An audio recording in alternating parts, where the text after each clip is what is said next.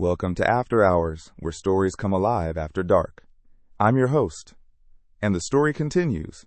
Previously on The Inheritance, Marcus and Desiree retrieved the first evidence cache from 88 Walker Street, financial records, surveillance photographs, the foundation of a case against the seven. But the council was waiting. 3 operatives nearly trapped them. They escaped through a fire escape with seconds to spare. Vera revealed the truth. All 3 decoded locations are under surveillance. The council was watching and waiting. Now Vera has a plan. A diversion. A gambit that could give Marcus the opening he needs, or get them all killed. This is Episode 7, The Lexington Gambit. Vera called at exactly 3 p.m. We were parked on a side street in Queens, watching traffic pass and waiting. I have a plan. I'm listening. The council has 2-person teams on Lexington and Bank Street, rotating shifts. Professional surveillance protocols. We can't sneak past them. So what do? We don't sneak. We distract. At 6 p.m. tonight, I'm going to trigger a false alarm at one of my own safe houses. Council monitors will pick it up. They'll think someone from Victor's network is making a move, and they'll pull resources to respond. Exactly. When they react, the surveillance on Lexington will thin. That's your window. How long? 10, maybe 15 minutes.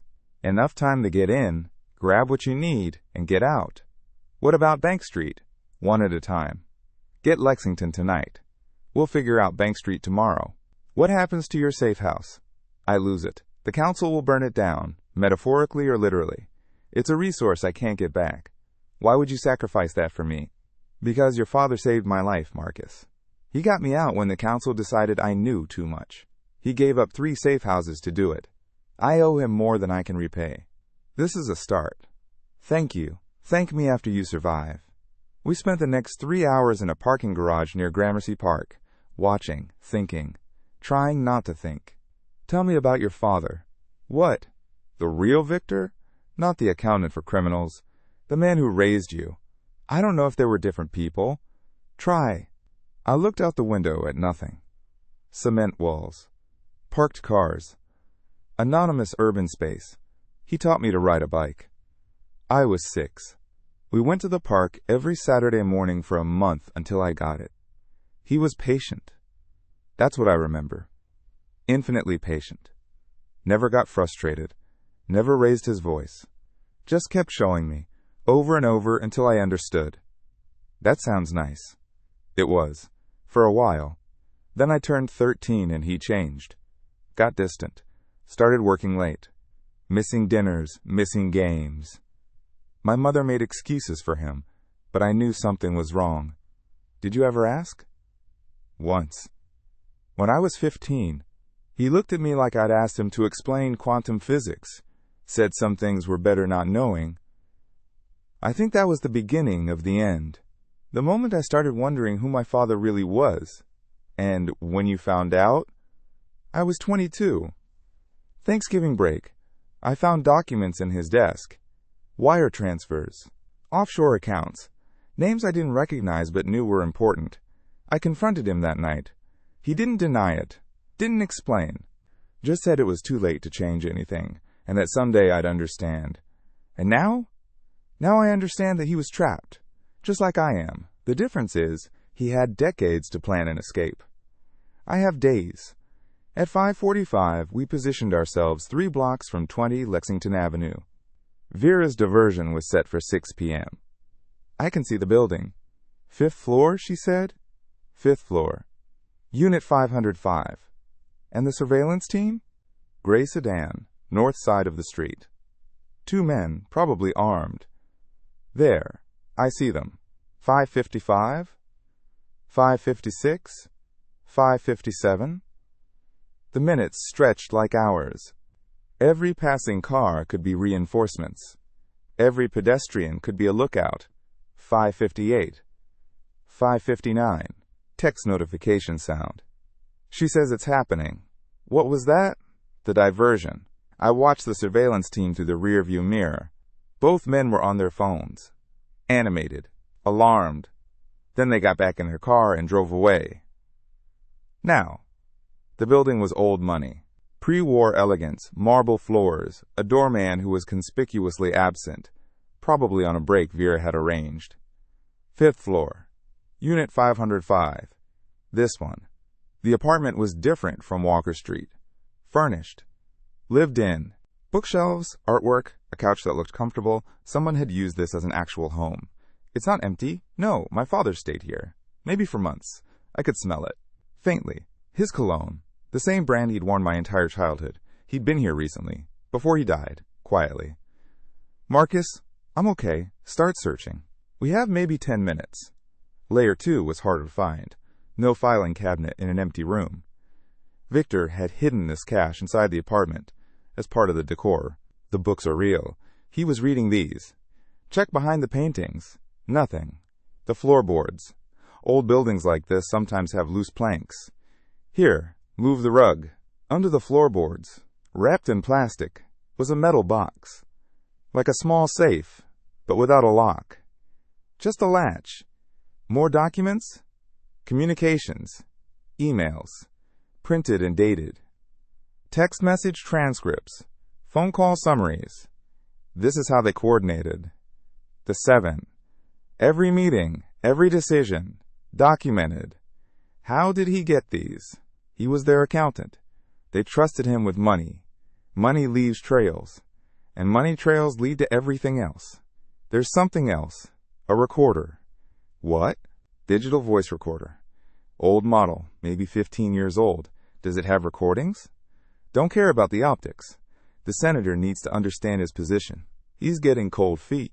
Wants out. No one gets out, James. You know that. What about his family? What about them? Sometimes a reminder is more effective than a threat. Arrange it. Nothing permanent. Just educational. Oh my God. A senator. They were discussing pressuring a senator. Using his family as leverage. This wasn't just financial crime. This was corruption at the highest levels. Pack it all. Everything. How much time? We need to go. Now. We were almost to the elevator when I heard it. The ding. Someone else was coming up. Whispering. Stairs? Whispering. Other end of the hall. The stairwell door was 30 feet away. 20. 10. Hey! Go! From above. Stop! This building is under council protection. 5 flights of stairs. Desiree ahead of me, moving like she'd been training for this. Maybe she had been, in her mind, ever since this nightmare started. Ground floor. Hey, what? The car's this way. Go, go, go. Breathing hard. Did you see his face? Breathing hard. No too fast. He wasn't one of the surveillance team. Different suit, different build. Backup. They had backup we didn't know about. Or the diversion didn't work as well as Vera thought. Vera, did you make it? Barely. There was someone in the building. What? The surveillance team left. Different person. Backup. Inside the building. That's not standard protocol. They're escalating. What does that mean? It means they're taking you seriously. Walker Street wasn't a fluke. They know you're collecting the evidence. Bank Street will be worse. We still need what's there. I know. But we need a better plan. Where are you now? Heading uptown. No tail that I can see. Keep moving. I'll contact you when I have something. Did you get everything? I think so. The box. The recorder. All the documents. Then we have 2 layers now. 4 more to go? 4 more. I thought about what Vera said. They're escalating. They know you're collecting the evidence. That meant they were scared. The mighty council, rulers of shadow empires, were scared of a dead accountant's son. Good. We parked in a rest stop off the Henry Hudson Parkway, far enough from the city to think, close enough to move if we had to. Play it again. Nothing permanent, just educational. They were threatening a senator's family.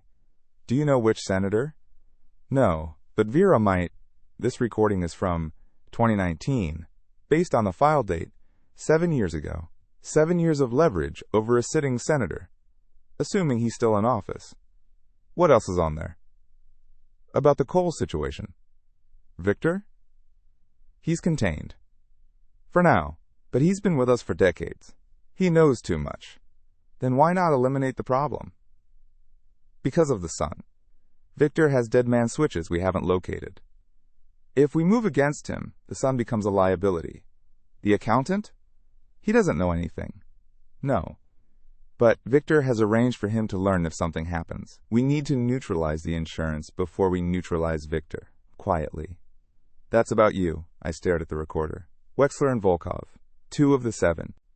Discussing how to kill my father without triggering his failsafes. Without triggering me. When was this?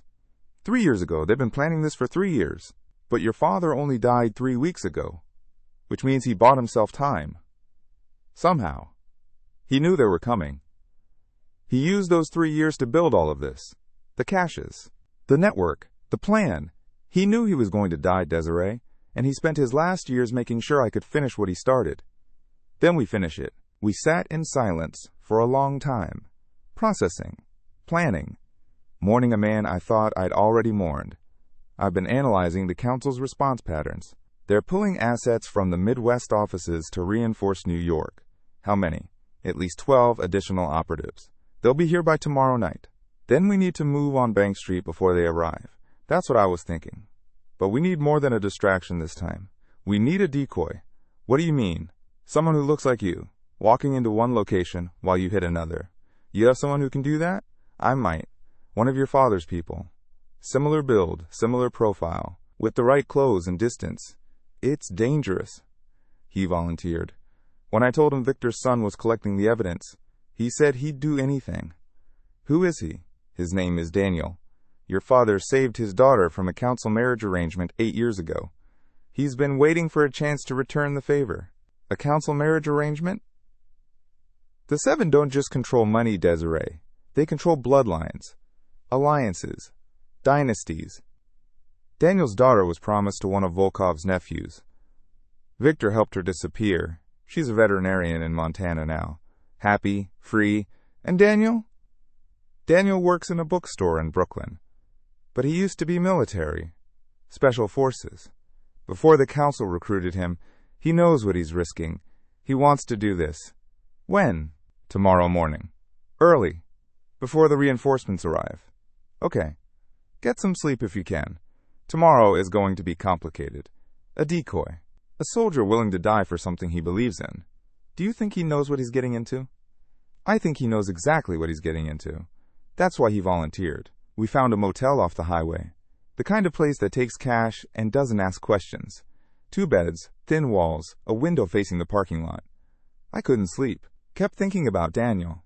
A man I'd never met, willing to risk his life because my father once helped his daughter. How many others were out there? People Victor had saved. People who owed him debts they could never repay. The network wasn't just a collection of safe houses and dead drops. It was people. Loyalty. Gratitude transformed into action. My father had been building this for years, maybe decades, and he'd done it so quietly that even the council didn't know the full extent. Tomorrow, we'd go after Bank Street. The 3rd cache, layer 3 of 6. And a man named Daniel would walk into danger so we could walk away with evidence. I thought about what Vera said, that the council controlled bloodlines, dynasties, marriages. They thought they controlled everything. But they didn't control us. Not anymore. They'd made a mistake. They'd killed my father thinking it would end his rebellion. Instead, it just passed to the next generation. The story continues tomorrow. A decoy operation. A race against reinforcements. And a cache that holds secrets darker than anything Marcus has found so far. Bank Street. Layer 3. The evidence of what the council really does to those who stand against them. Episode 8. The Bank Street Files. If you want to find out what happens next, hit subscribe and turn on notifications. New episodes drop every single day, after hours, where stories come alive after dark.